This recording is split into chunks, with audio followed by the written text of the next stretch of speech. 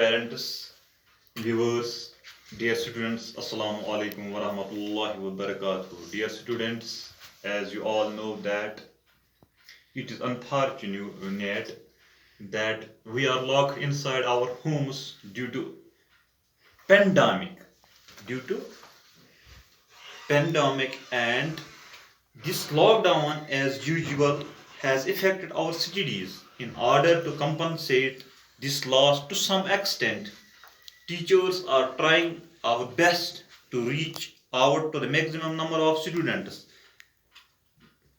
Dear students, let us pray to Almighty Allah that this pandemic gets over quickly and we are back our schools. Dear students, today we are going to learn a beautiful and short poem from class 8th, and the name of this poem is Prayer for Strength. Dear students, the name of this beautiful poem is Prayer for Strength. Dear students,